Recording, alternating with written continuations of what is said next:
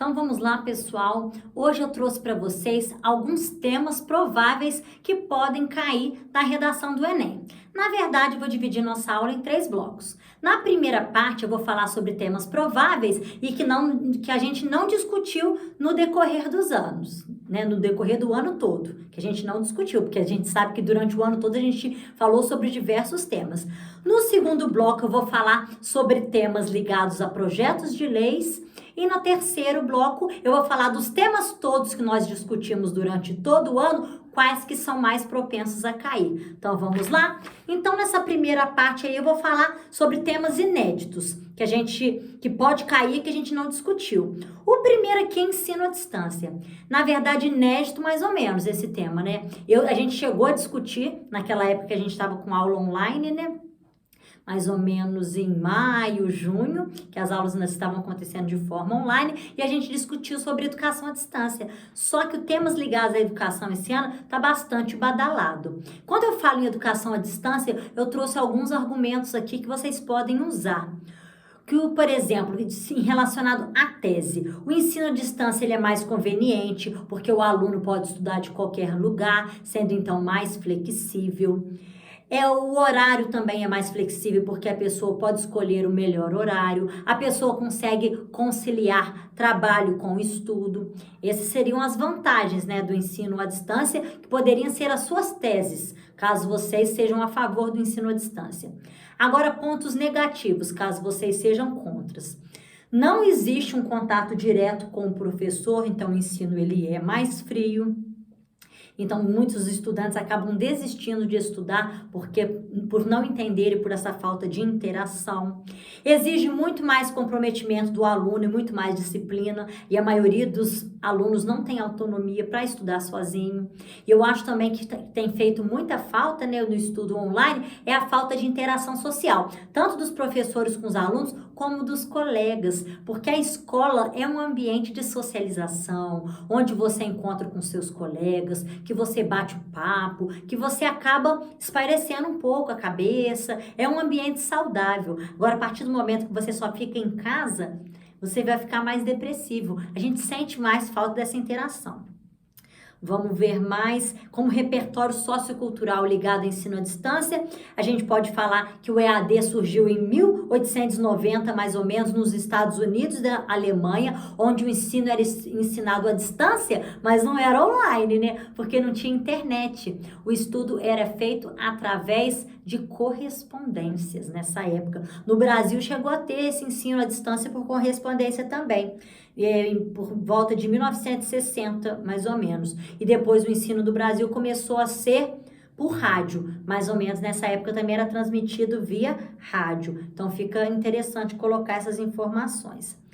Em 2005, essa modalidade de ensino à distância foi incorporada na Lei de Diretrizes e Bases da Educação Nacional. Podemos falar também como repertório que com a revolução técnico-científica, o uso da internet e da tecnologia foram usados para muitas coisas, inclusive para a educação à distância, para telemedicina, várias coisas se apropriaram dessa revolução técnico-científica, que se iniciou nos anos de 1970, né, em todo o mundo. Outra coisa, informação importante, em 2011, a ONU, né, Organização das Nações Unidas, olha que importante, gente, todo o tema ligado à tecnologia, pode colocar isso aqui. Em 2011, a Organização das Nações Unidas declarou que o acesso à internet é um direito humano, pois reúne todo tipo de informação e impulsiona o desenvolvimento socioeconômico. Então, agora é direitos humanos e é direito de todos ter acesso à internet. Em 2011, a ONU declarou que é um direito humano, assim como a saúde, a educação, a moradia, agora a internet também é um direito humano. A Constituição prevê, né, que a educação é um direito social e que deve ser garantido a todos. Fica chique, né, quando a gente usa a Constituição Federal. Frases que eu acho bacana, frase do Nelson Mandela, ó. A educação é a arma mais poderosa para mudar o mundo. É através da educação que se muda as coisas, né? Filme que eu sempre falo com vocês, que é o filme Escritores da Liberdade, que através da presença física da professora, ela conseguiu mudar a realidade de vários adolescentes e jovens, né, na escola que ela dava aula. Quem ainda não assistiu, assiste o filme Escritores da Liberdade, que aborda diversos aspectos, né, fica bem bacana também. Agora, outro tema 2, esse é inédito, esse a gente ainda não tinha discutido ainda, gente, que é sobre a cultura do cancelamento. Vocês já ouviram falar de cultura do cancelamento? Essa cultura do cancelamento surgiu em 2017. Esse termo, que é feito para nomear uma prática quando você deleta, quando você exclui, quando você para de seguir pessoas tanto famosas quanto anônimas nas redes sociais, seja por alguma coisa que ela falou, por uma postura machista, ou às vezes uma postura extrema direita ou extrema esquerda que você não é a favor, ou uma postura homofóbica, preconceituosa, você simplesmente deixa de seguir aquelas pessoas. E a gente tem vários exemplos aí dessa cultura do cancelamento. Por exemplo, a Anitta, ela seguiu, né, o Bolsonaro, curtiu uns posts e os fãs dela, que eram da pessoal da LGBT, né, da comunidade LGBT, deixou de seguir ela. Ela ficou um pouco queimada nas redes sociais por conta disso. Aquele cantor Vitor, né, daquela dupla Vitor e Léo, ele ficou muito queimado porque ele bateu na esposa. Então, na época, ele era jurado do The Voice Kids, perdeu o contrato com a Globo, não pôde mais apresentar o The Voice Kids. As pessoas deixaram de ir nos seus shows por conta disso. Então, tem muita gente que foi deletada, inclusive pessoas que já morreram, Raul Seixas, depois que eles descobriram que ele dedou o amigo dele, Paulo Coelho, na época lá da ditadura.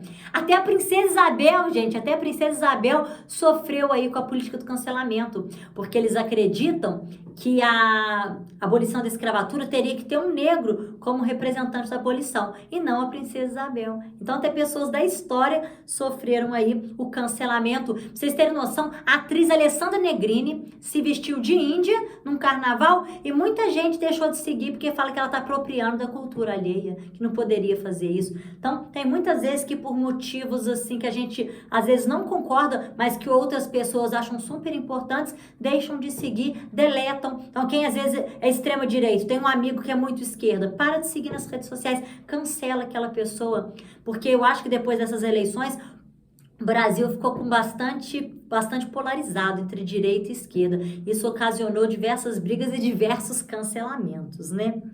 Vamos ver mais que a gente pode falar. Até o médico Drauzio Varela foi cancelado. Me parece que ele abraçou uma trans presa, né? Uma prisioneira trans, quando ele foi gravar, né? Esses episódios que ele estava gravando do Carandiru e tudo. E ali abraçou essa moça trans, negra e tudo. E por que o pessoal cancelou ele? Porque essa moça, ela tinha estuprado uma criança e matado a criança. Então, o pessoal não gostou muito dessa atitude, não. Como é que ele vai abraçar uma pessoa assassina, né?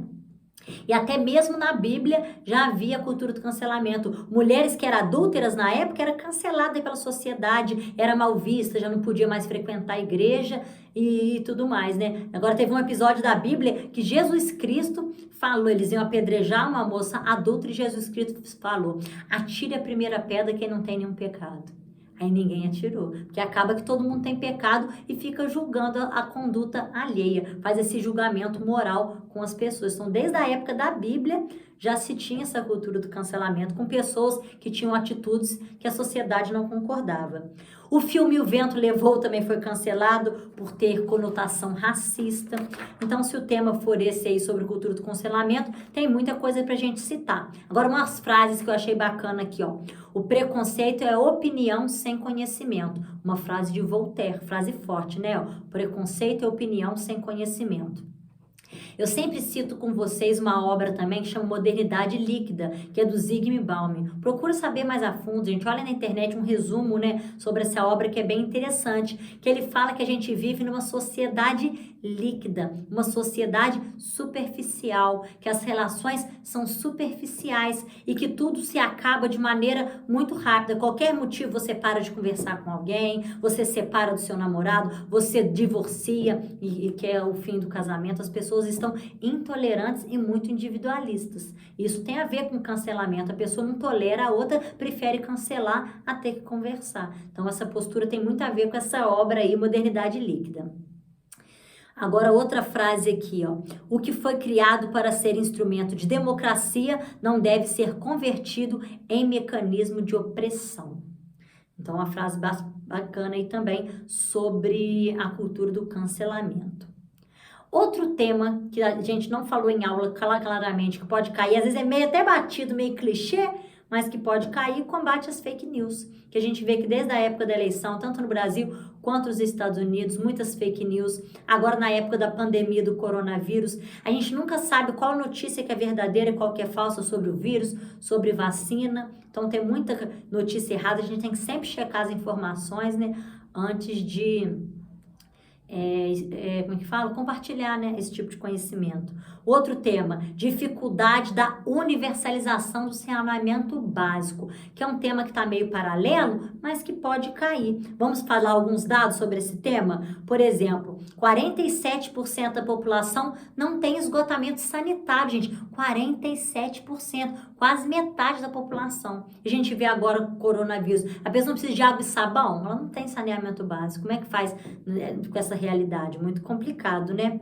Em 2020, né, que foi esse ano agora, o Senado Federal aprovou um novo marco legal relacionado aí ao saneamento básico. Fim dos lixões, que realmente é um ambiente insalubre, que traz doenças, e facilitou também a privatização de estatais no setor aí de saneamento básico.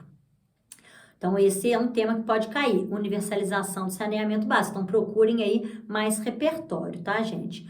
Pandemia e um novo normal, às vezes é muito básico, mas às vezes em outros vestibulares pode cair. O pessoal vai fazer vestibular aí da UFRJ, né, da USP, do IFET, né, alguns outros vestibulares pode cair. Então, a pandemia e o novo normal, como que vai ser o mundo depois disso? Como vai ser as relações sociais, as relações econômicas que foi bastante prejudicado, as relações de trabalho que mudaram, né? Hoje em dia o home office, o e-commerce que vem crescendo. Então, teve muitas mudanças.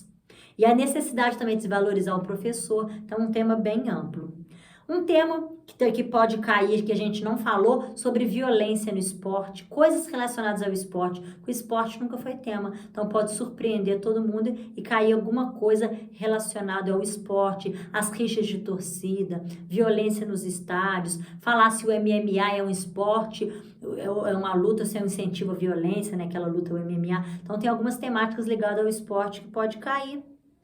Depois o 7 aqui, desmatamento e o surgimento de novas doenças. Então são dois temas que podem cair, que teve bastante em voga esse ano, né? O desmatamento, que a gente viu que teve muito queimadas, desmatamento, e o surgimento de novas doenças também, que antes eram erradicadas, que estão voltando com tudo aí. Então esse primeiro bloco é sobre isso. Até o próximo.